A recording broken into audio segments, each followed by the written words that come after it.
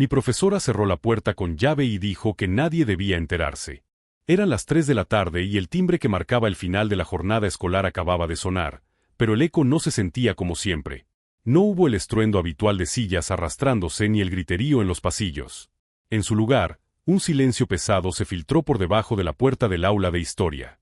La profesora Martínez, una mujer que siempre había mantenido una distancia gélida y profesional con todos nosotros, se levantó de su escritorio con una rapidez que me puso los pelos de punta. Antes de que yo pudiera recoger mi mochila para marcharme, ella cruzó el salón en 3 zancadas y giró la llave de la cerradura con un clic metálico que resonó como un disparo en el aula vacía.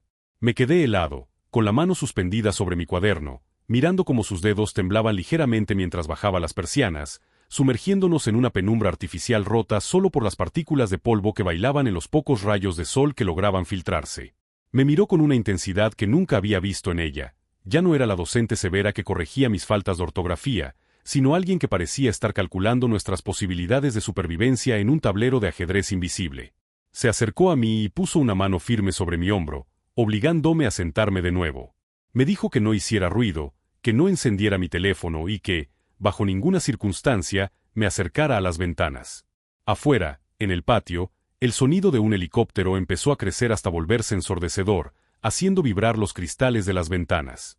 Ella se inclinó hacia mí y susurró que el simulacro de emergencia que habían anunciado por megafonía 10 minutos antes era una mentira diseñada para agrupar a los estudiantes en el gimnasio, un lugar donde serían blancos fáciles. No entendía nada.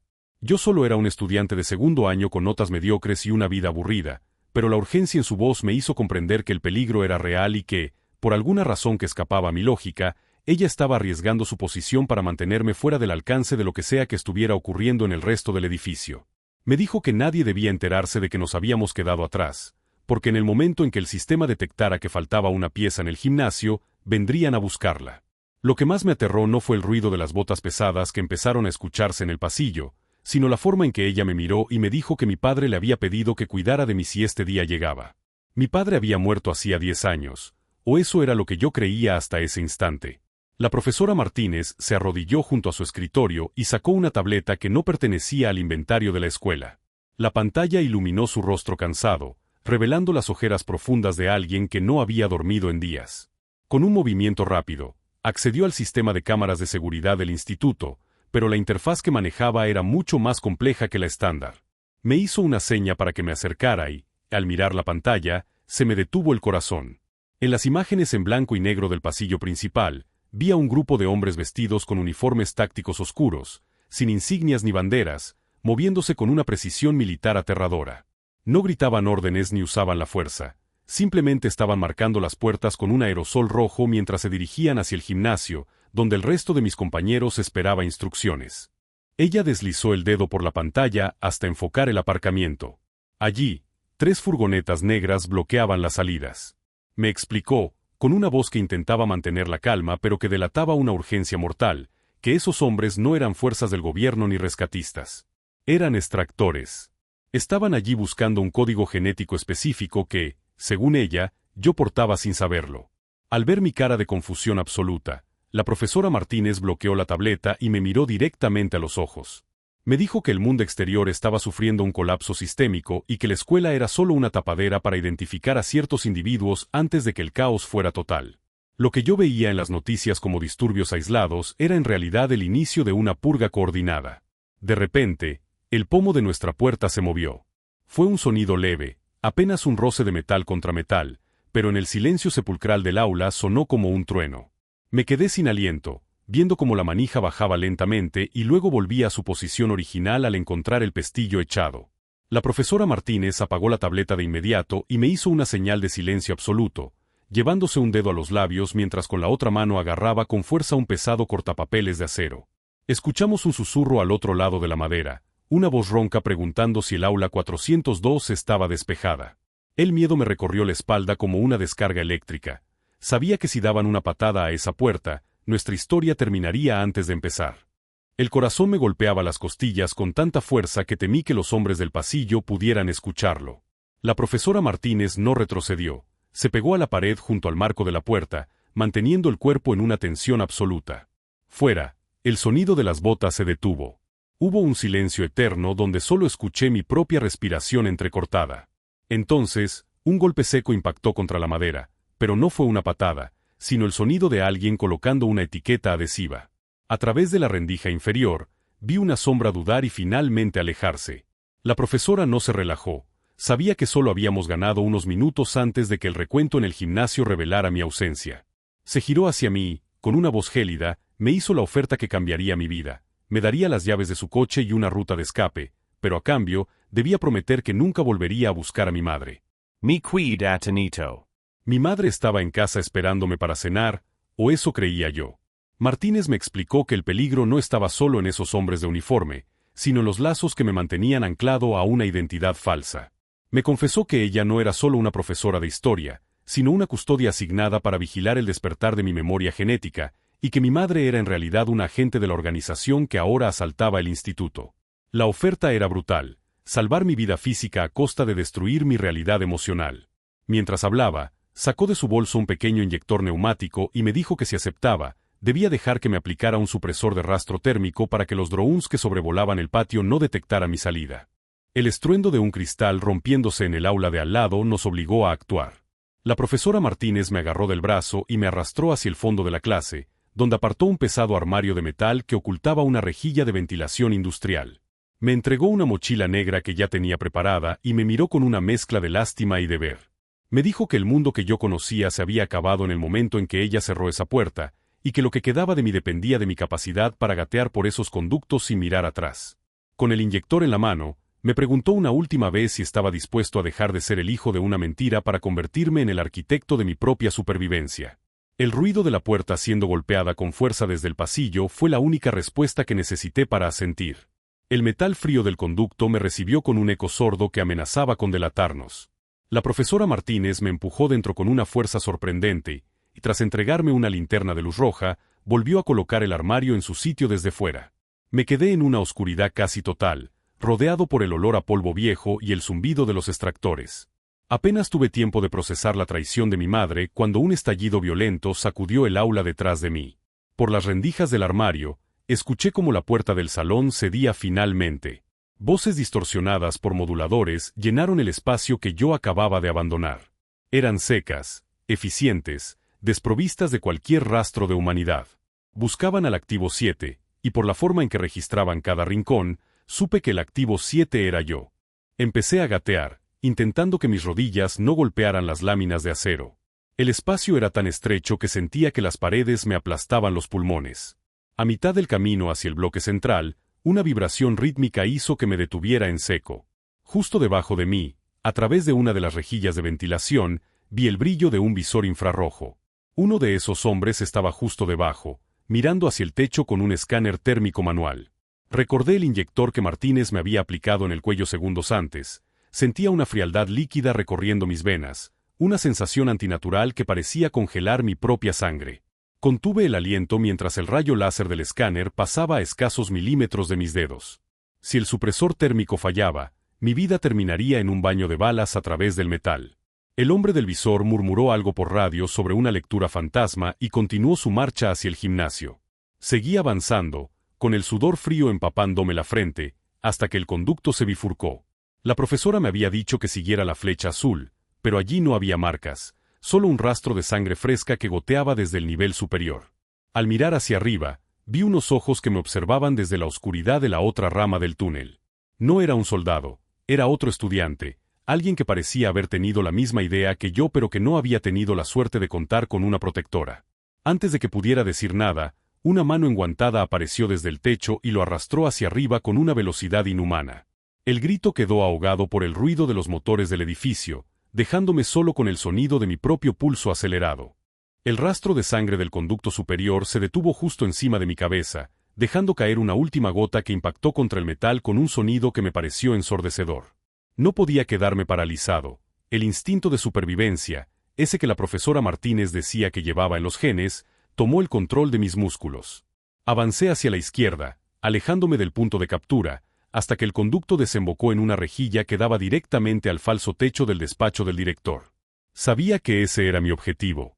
Mi padre, antes de desaparecer, había trabajado en el mantenimiento de este edificio, y Martínez me había asegurado que él dejó algo incrustado en la estructura de esta oficina, algo que los extractores no debían encontrar bajo ninguna circunstancia.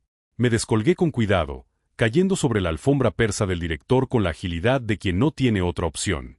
El despacho olía a tabaco rancio y a miedo reciente. La silla estaba volcada y los monitores de vigilancia habían sido destruidos a culatazos. Busqué frenéticamente detrás de la estantería de libros de leyes, tal como me habían indicado las instrucciones apresuradas de mi profesora. Allí, oculto tras un doble fondo en la madera de caoba, encontré una pequeña caja de seguridad de acero reforzado. No tenía cerradura de llave ni teclado numérico.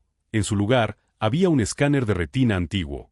Al acercar mi ojo, un haz de luz roja me barrió la córnea y la caja se abrió con un siseo de aire comprimido. Dentro no había dinero, sino un cilindro metálico con una secuencia de datos que parpadeaba en azul cobalto. Justo cuando mis dedos cerraron el cilindro, la puerta del despacho saltó por los aires. No fue una entrada táctica silenciosa, sino una explosión controlada. El humo llenó la habitación en segundos. Por el hueco de la puerta vi la silueta de alguien que conocía demasiado bien. Era el conserje, el señor Henderson, pero ya no cojeaba ni vestía el mono de trabajo manchado. Llevaba un traje de combate gris ceniza y un rifle de asalto apuntando directamente a mi pecho. Lo más aterrador no fue ver su arma, sino la sonrisa de satisfacción que cruzó su rostro al ver el cilindro en mi mano. Me di cuenta de que la profesora Martínez no era la única que conocía mi secreto. Henderson había estado limpiando mis pasillos durante años solo para esperar este preciso momento de vulnerabilidad. Henderson no disparó de inmediato. Necesitaba el cilindro intacto. Esa fue su única equivocación. Mientras él avanzaba con la suficiencia de quien ya se siente ganador, mi mano derecha, que aún sostenía la linterna de luz roja, actuó por puro reflejo. Lancé el objeto directamente a su visor nocturno y, aprovechando el segundo de distracción, derribé la pesada estantería de caoba sobre él.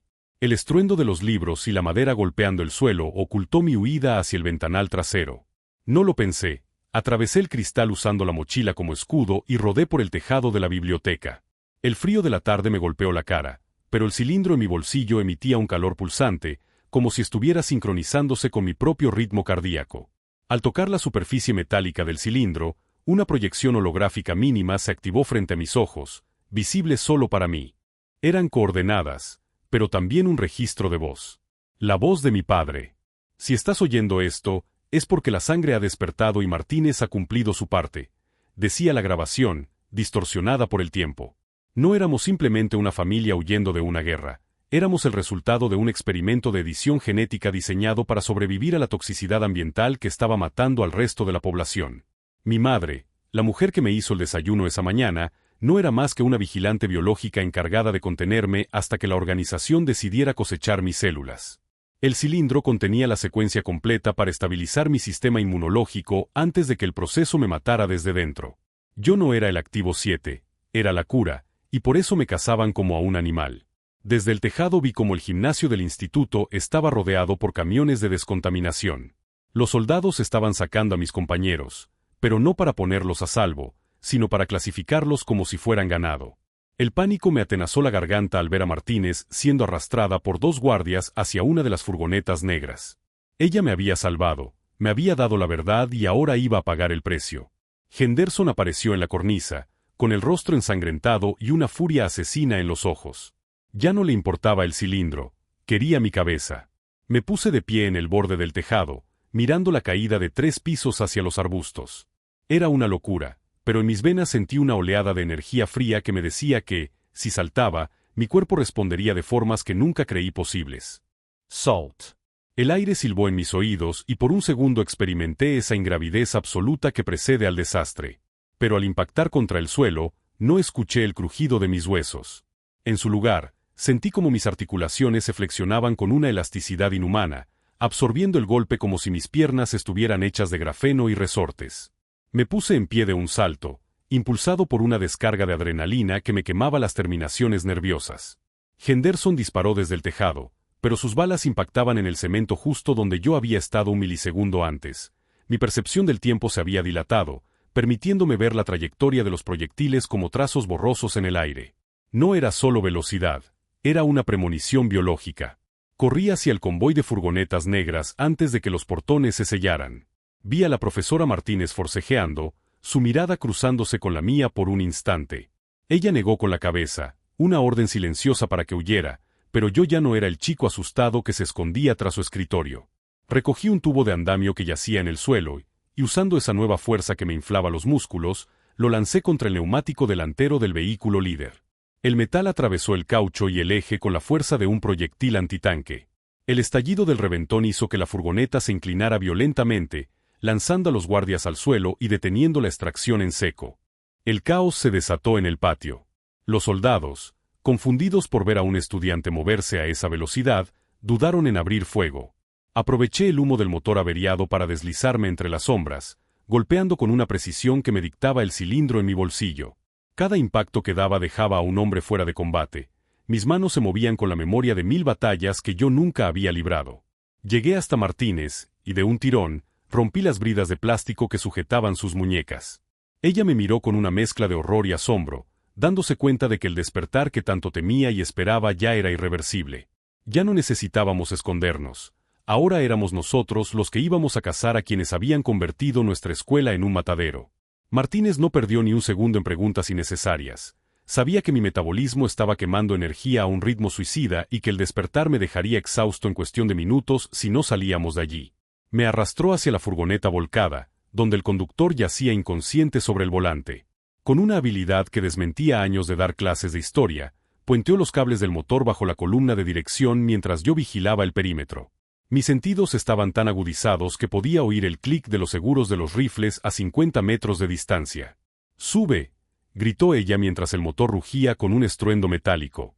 En cuanto cerré la puerta corredera de un golpe, Martínez hundió el acelerador, embistiendo la valla perimetral del instituto y dejándonos atrás el humo, los gritos y la sombra de Henderson que seguía disparando desde el tejado. Mientras circulábamos a toda velocidad por las calles desiertas de la ciudad, Martínez sacó un pequeño botiquín de debajo del asiento. Me lanzó una barra de proteínas de aspecto militar y una bebida con electrolitos de color azul intenso. Me explicó que el cilindro de mi padre no solo contenía datos, sino que actuaba como un modulador de frecuencia para mis células. La organización, que ella llamaba el Nexo, había estado usando la escuela como un invernadero para cultivar a sujetos como yo, pero mi padre siempre supo que intentarían cosecharnos antes de tiempo. Me dijo que nos dirigíamos a la biblioteca, un refugio subterráneo oculto bajo una antigua fábrica de papel donde otros supervivientes del experimento, antiguos alumnos que todos daban por desaparecidos, intentaban organizar una resistencia. De repente, la radio de la furgoneta empezó a emitir una señal de alta frecuencia que me hizo doler los dientes. Era un código de rastreo. Martínez maldijo entre dientes y me ordenó que abriera el panel lateral de la furgoneta. Allí, oculto tras el revestimiento, había un monitor que mostraba 3 puntos rojos acercándose rápidamente a nuestra posición desde el aire, drones de ataque. No íbamos a llegar al refugio si no nos deshacíamos de ellos. Ella me miró por el retrovisor, con una determinación feroz, y me dijo que era hora de probar si mi puntería también había mejorado. Me entregó una pistola de pulsos electromagnéticos que estaba anclada bajo el salpicadero. Tenía una sola oportunidad para derribar a los cazadores antes de que convirtieran nuestro vehículo en un ataúd de metal en medio de la autopista. El aire silbaba a través de la puerta corredera que yo mantenía abierta mientras la furgoneta zigzagueaba por la autopista a más de 140 kilómetros por hora. Los drones no eran simples juguetes, eran máquinas de matar con forma de avispa plateada que se lanzaban en picado, disparando ráfagas de trazadoras que arrancaban trozos de asfalto a pocos centímetros de nuestras ruedas. Martínez gritaba instrucciones sobre el viento, pidiéndome que esperara a que el sistema de fijación de la pistola de pulsos pitara. Sentí como mi visión se enfocaba de nuevo, pero esta vez fue más allá. Pude ver el patrón de vuelo de los drones, una secuencia matemática de ataques que mi cerebro procesaba antes de que ocurrieran. El primer dron se posicionó para un ataque directo al motor. Apreté el gatillo y una onda de choque invisible distorsionó el aire, friendo los circuitos de la máquina que cayó como un peso muerto, estallando en una bola de fuego tras nosotros. Derribé al segundo con un disparo a ciegas tras una maniobra brusca de Martínez, pero el tercero, más grande y blindado, logró impactar un misil de proximidad en la parte trasera de la furgoneta. El vehículo dio un trompo violento, lanzándome contra las paredes de metal, pero mis reflejos mejorados me permitieron agarrarme a un anclaje justo antes de que nos estrelláramos contra la entrada de la fábrica de papel. El humo negro cubrió la escena mientras Martínez me sacaba de los escombros. Rápido, antes de que lleguen los refuerzos terrestres, jadeó, guiándome hacia un montacargas oxidado que, al introducir ella una secuencia de mandos oculta, empezó a descender hacia las profundidades de la Tierra, lejos de los sensores del nexo. Cuando las puertas del montacargas se abrieron en el sótano, no encontré una cueva húmeda, sino un centro de mando tecnológico que zumbaba con energía propia. Un grupo de jóvenes, todos con esa misma mirada de alerta constante y movimientos fluidos, se detuvieron al vernos. En el centro de la sala, frente a un muro de monitores que rastreaban los movimientos del ejército por todo el país, estaba una mujer alta, de cabello cano y una cicatriz que le recorría el cuello. Al verme, dejó caer la tableta que sostenía y sus ojos se llenaron de una emoción que no supe descifrar de inmediato. Era mi madre. Pero no la mujer que me servía cereales por la mañana, sino la versión real, la guerrera que Martínez decía que me había traicionado. Ella no era una agente del Nexo, era la líder de la resistencia que había fingido ser una ciudadana común para mantenerme oculto en el lugar más obvio del mundo. Me quedé paralizado en el umbral del montacargas, con los puños todavía apretados y el cilindro metálico quemándome a través de la tela del bolsillo. Ver a mi madre allí, vestida con un uniforme de combate táctico y rodeada de mapas holográficos, fue un impacto más fuerte que el choque de la furgoneta. Ella avanzó hacia mí, pero yo retrocedí instintivamente, buscando la mirada de la profesora Martínez. La desconfianza era un veneno amargo que me subía por la garganta. Me había mentido toda la vida y ahora me pedían que confiara en la arquitecta de esa gran farsa. Ella se detuvo a 2 metros, bajando las manos en señal de paz, y su voz, despojada de la dulzura fingida de los desayunos caseros, sonó firme y cargada de una gravedad ancestral. Me explicó que el cilindro que yo custodiaba no era solo una cura biológica para mí, sino la clave de cifrado de una red de satélites climáticos que mi padre había ayudado a diseñar antes de ser ejecutado por el Nexo. El colapso ambiental que estaba asfixiando al planeta no era un fenómeno natural, sino una herramienta de control. El Nexo estaba liberando toxinas en la atmósfera para debilitar a la población y luego venderles un aire filtrado que los mantenía como esclavos. Mi sangre era el único catalizador capaz de activar la secuencia de limpieza global, porque mi ADN contenía la secuencia maestra que mi padre codificó en mi propio genoma. Yo no era solo un experimento, era la última esperanza de un mundo que se estaba quedando sin oxígeno mientras los poderosos se repartían los restos. La tensión en la sala aumentó cuando una alarma de proximidad empezó a sonar en los monitores. La señal de radio que Martínez había detectado en la furgoneta no era solo de rastreo, era una señal de balizamiento que había guiado a Henderson y a su equipo de élite directamente a nuestra ubicación. Mi madre me miró con una urgencia desgarradora y me pidió que le entregara el cilindro para iniciar la carga de datos hacia el satélite antes de que la planta fuera asaltada. Miré el objeto en mi mano y luego a la mujer que me había criado bajo una máscara. Debía decidir en segundos si ella era la salvadora que decía ser o si el Nexo finalmente había logrado que yo mismo les entregara la llave del mundo en bandeja de plata. El aire en el búnker se volvió denso, cargado de una electricidad estática que hacía que el vello de mis brazos se erizara. Miré el cilindro y luego a mi madre.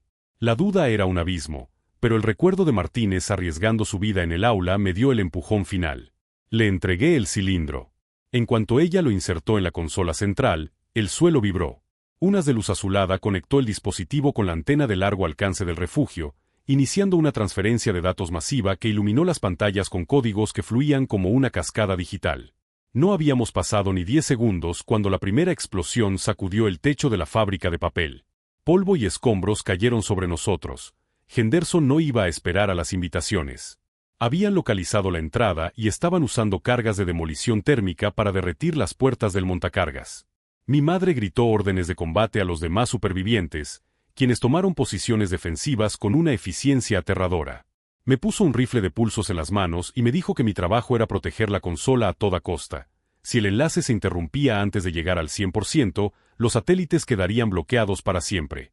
A través de las cámaras de seguridad que aún funcionaban, vi a Henderson liderando el asalto. Ya no era el conserje amable. Era una bestia de guerra envuelta en una armadura táctica que repelía los disparos de advertencia. Sus hombres irrumpieron en el sótano usando granadas de cegamiento.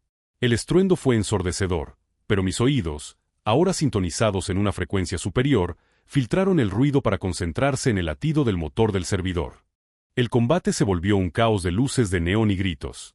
Los miembros de la resistencia caían, superados por la tecnología superior del Nexo, pero yo me movía como un fantasma entre las ráfagas.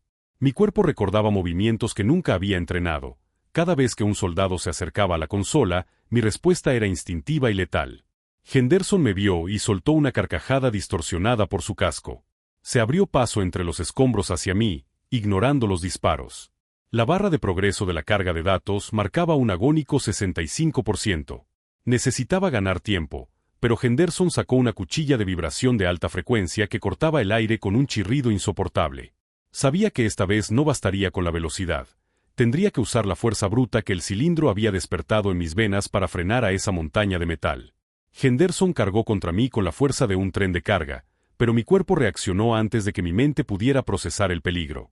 Me deslicé por debajo de su primer tajo, sintiendo el calor de la cuchilla de vibración pasar a milímetros de mi nuca. El suelo de hormigón se agrietó bajo sus botas mientras él pivotaba con una agilidad que su armadura no debería permitir. No era solo fuerza, él también tenía algún tipo de mejora, una versión artificial y tosca de lo que yo llevaba en la sangre.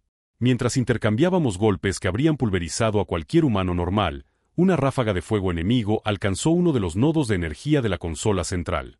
La barra de carga se detuvo en el 78% y empezó a parpadear en rojo. La conexión se estaba perdiendo. La profesora Martínez, que estaba cubriendo el flanco izquierdo, vio el fallo del sistema y comprendió de inmediato lo que había que hacer. Para restablecer el puente de datos, alguien tenía que entrar en la cámara del generador y sujetar manualmente los acopladores térmicos que estaban fundiéndose por el sobrecalentamiento. Era una misión suicida. La radiación de la antena en plena carga era letal para cualquiera que no tuviera mi ADN. Ella me miró una última vez, con esa misma expresión severa pero protectora que tenía cuando cerró la puerta del aula. Sin decir una palabra, se lanzó hacia la cámara acorazada, esquivando el fuego cruzado. «No dejes que se acerque a la consola», me gritó antes de desaparecer tras las puertas de plomo. Henderson soltó una carcajada gutural al verla sacrificarse.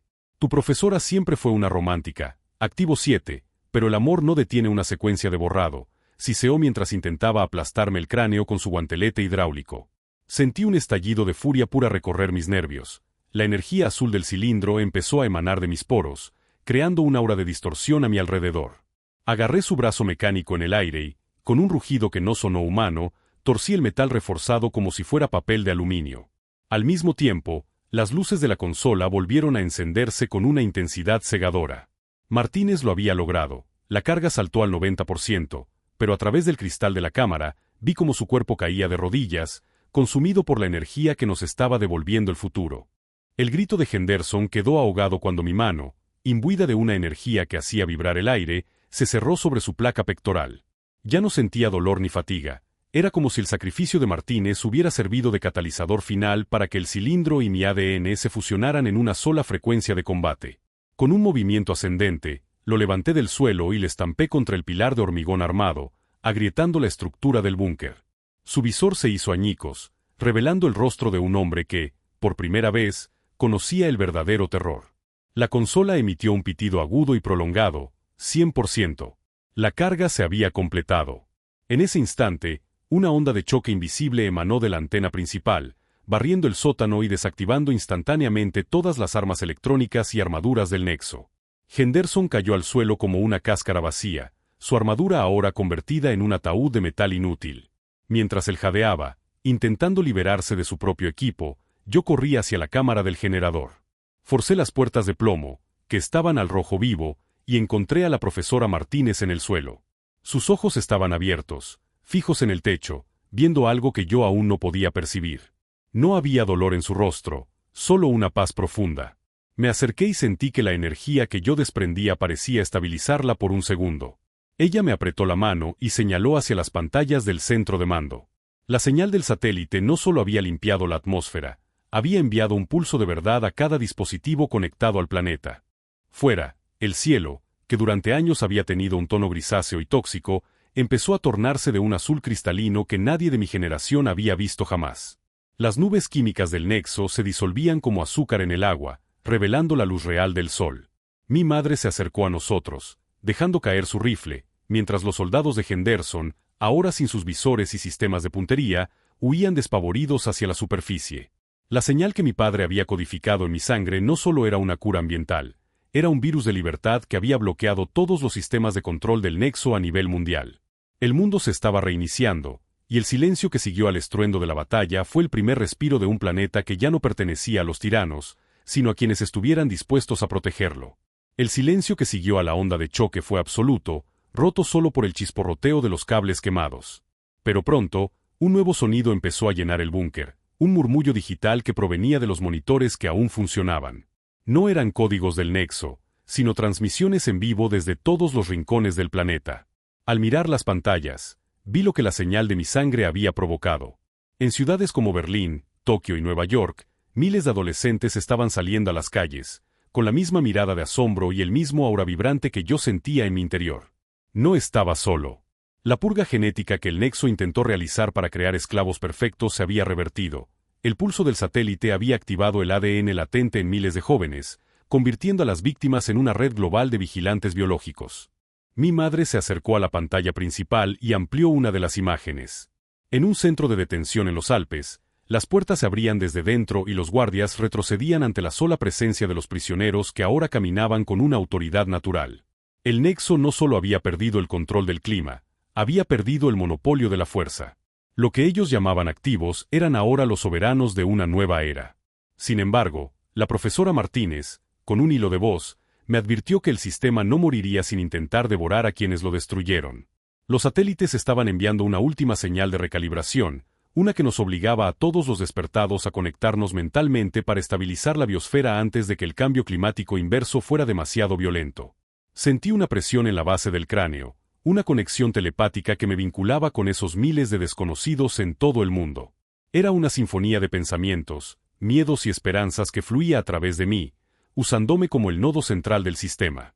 Mi madre me miró con orgullo y tristeza, sabiendo que mi vida como un chico normal de instituto se había esfumado para siempre. Ya no era un hijo, era un servidor de la tierra. El mundo que conocíamos se había desmoronado, pero bajo los escombros de las ciudades tóxicas, estaba surgiendo una civilización conectada por la propia naturaleza.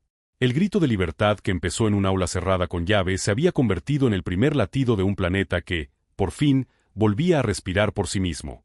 La victoria en el búnker no significaba que el peligro hubiera pasado. La caída de un imperio siempre deja un vacío que los carroñeros intentan llenar. Apenas unas horas después de que el cielo se tornara azul, una frecuencia de radio oficial, cargada de estática, empezó a emitir un mensaje en bucle. Eran los restos del consejo directivo del Nexo, antiguos políticos y magnates que se habían refugiado en búnkeres de lujo en el Ártico. No pedían perdón, pedían una tregua. Intentaban negociar el acceso a los códigos del satélite a cambio de estabilidad social, alegando que el mundo no estaba preparado para la autonomía total de miles de jóvenes con capacidades sobrehumanas. Mi madre escuchaba el mensaje con una mueca de desprecio, mientras yo sentía a través de mi conexión mental como el resto de los despertados en el mundo apretaban los dientes ante tal audacia. Mientras ellos hablaban de diplomacia, los radares de la biblioteca detectaron el movimiento de las últimas unidades de limpieza que aún obedecían las órdenes automáticas del sistema central.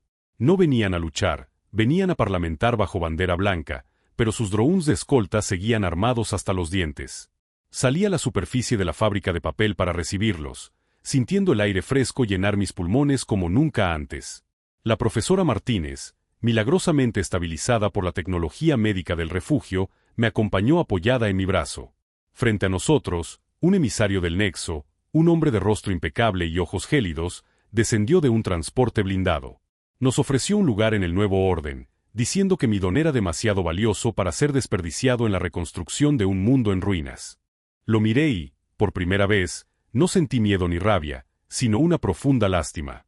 Mientras él hablaba de cuotas de poder y control de recursos, yo podía sentir el latido de la tierra recuperándose bajo mis pies.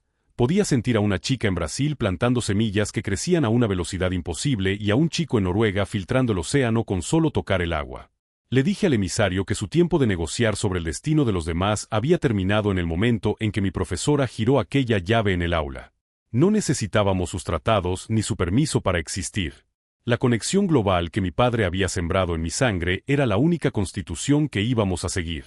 Con un solo pensamiento coordinado, todos los despertados del área desactivamos los sistemas de los blindados enemigos, dejando al emisario en un silencio absoluto, solo con el sonido del viento real soplando entre los árboles. El emisario del Nexo se retiró en el mismo silencio sepulcral que ahora reinaba en las ciudades, pero esta vez era un silencio de paz, no de opresión. Pasaron los meses y la fábrica de papel se transformó en el epicentro de la nueva red de reconstrucción. Mi madre, finalmente libre de su papel de guardiana en las sombras, asumió la coordinación logística de la resistencia, que ahora se llamaba simplemente el Origen.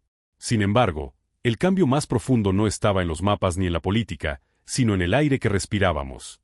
Los satélites, alimentados por la frecuencia de mi ADN, habían logrado revertir décadas de envenenamiento en apenas un semestre. La profesora Martínez, cuya salud permanecía delicada pero estable, se convirtió en la mentora de la nueva escuela, una donde ya no se enseñaba historia para memorizar errores, sino para entender cómo nunca volver a repetirlos. A menudo me sentaba con ella en el tejado de la antigua biblioteca, mirando cómo el horizonte se llenaba de una vegetación exuberante y desconocida que crecía al ritmo de nuestra voluntad colectiva. Ya no necesitaba el cilindro. La información estaba grabada en cada una de mis células y compartida con los miles de hermanos y hermanas que sentía vibrar en mi mente. Descubrí que mi padre no solo me había dejado una cura, sino una responsabilidad: ser el puente entre la humanidad antigua y los herederos del mañana. La profesora que me salvó aquel día ya no era solo mi maestra, sino el último vínculo con la bondad del mundo viejo que se sacrificó para que el nuevo pudiera nacer. Me dijo que su mayor orgullo no fue protegerme de las balas, sino haber tenido la intuición de cerrar aquella puerta cuando el resto del mundo solo quería abrirla para saquearlo. Hoy, la puerta del aula 402 permanece abierta como un monumento a la libertad. Mi madre a veces me mira y todavía busca al niño que comía cereales sin saber que llevaba el destino del planeta en las venas, pero sonríe al ver al hombre en el que me he convertido. El nexo se desintegró en la irrelevancia. Sus líderes terminaron olvidados en sus búnkeres de lujo mientras el resto de nosotros aprendíamos a caminar sobre una tierra que ya no nos era hostil. Aquel día, cuando Martínez giró la llave, pensé que el mundo se acababa. ¡Qué equivocado estaba! El mundo no se estaba desmoronando, solo estaba mudando de piel para dejarnos ver la luz que siempre había estado allí, esperando a que alguien tuviera el valor de mantener el secreto lo suficiente como para hacernos libres. Gracias por ver. Suscríbete para más videos.